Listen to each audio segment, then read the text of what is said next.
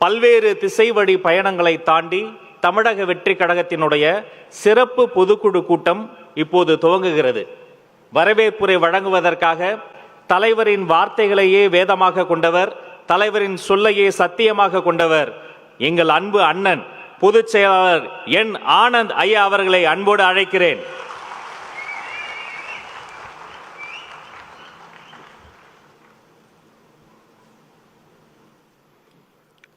மதிப்புக்கும் மரியாதைக்குரிய தமிழக வெற்றி கழகத்தின் வெற்றி தலைவர் தளபதி மற்றும் அன்புமிகு அம்மா மற்றும் பெரியோர்களே, தாய்மார்களே, கழகத்தின் மாநில மாவட்ட நிர்வாகிகளே, நகரம், ஒன்றியம், பேரூராட்சி, கிளைக்கழகம், வார்டு, பகுதி பொறுப்பாளர்களே, சகல அணிகளின் நிர்வாகிகளே, கழகத்தின் தூண்களாக இருக்கும் பாசத்துக்குரிய பொதுக்குழு உறுப்பினர்களே, உங்கள் அனைவரையும் சிறப்பு பொது குழு கூட்டத்திற்கு வருக என்று வரவேற்கிறேன். இன்று இந்த பொதுக்குழு கூட்டத்தில் உங்கள் அனைவரின் முகங்களையும் பார்க்கும்போது நான் மகிழ்ச்சி அடைகிறேன். நாம் அனைவரும் ஒரே குடும்பம், ஒரே கொள்கைக்காக, ஒரே லட்சியத்திற்காக நம்மை இணைத்து கொண்ட மாபெரும் கட்சி தான் நம்மளுடைய தமிழக வெற்றி கழகம். நண்பர்களே, நாம் கடந்து வந்த பாதை சாதாரணமானது அல்ல. எண்ணற்ற சோதனைகளை சந்தித்து வந்திருக்கிறோம், பல தடைகளை தாண்டி வந்திருக்கிறோம். இன்று அரசியலின் மையப்புள்ளி நம் தலைவர் தளபதி தான். நமது தமிழக வெற்றி கழகம் துவங்கி 2 வருடம் 9 மாதம் நிறைவடைந்துள்ளது. இந்த கணக்கு நாம் அதிகபூர்வமாக மக்களுக்கு அறிவித்தது. ஆனால் நம் தலைவருடைய உழைப்பு, உங்களுடைய அர்ப்பணிப்பு, மக்களோடு நமக்கு இருக்கின்ற பாசம் 30 ஆண்டுகளை தாண்டி தனி வரலாறு. இது அனைத்திற்கும் அடித்தளம் ஒரு மனிதர் மட்டும்தான். அவருடைய வழிகாட்டுதலும் தியாகமும் மிகவும் பெரியது.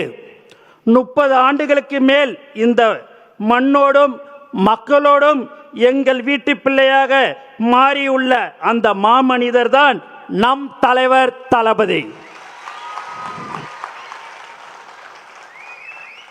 நம்முடைய எதிரிகள் ஒன்றை புரிந்து கொள்ளவில்லை.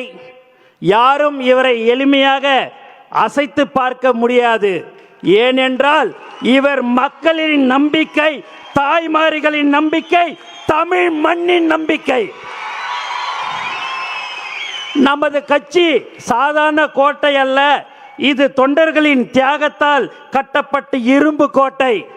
இனி நம் வேலை எதிரிகளை தோலுரித்து காட்டுவதுதான். தலைவர் கை காட்டும் திசையில் பல மடங்கு பலத்துடன், புதிய வேகத்துடன் நாம் செயல்பட போகிறோம். நம் மக்கள் இன்று ஒரு மாற்றத்தை எதிர்நோக்கி இருக்கிறார்கள், காத்து கொண்டிருக்கிறார்கள். அந்த மாற்றத்தை கொடுக்கும் தகுதியும் நேர்மையும் கொண்ட ஒரே கட்சி நமது தமிழக வெற்றி கழகம் மட்டும்தான். இது வெறும் பொதுக்குழு கூட்டம் அல்ல, இது நம்முடைய லட்சிய பயணத்தின் ஒரு வரலாற்று திருப்பம். நம்முடைய கொள்கைகளை மீண்டும் உறுதிப்படுத்தவும், நம்முடைய கரங்களை மேலும் பலப்படுத்தவும் நாம் இங்கு கூடியிருக்கிறோம்.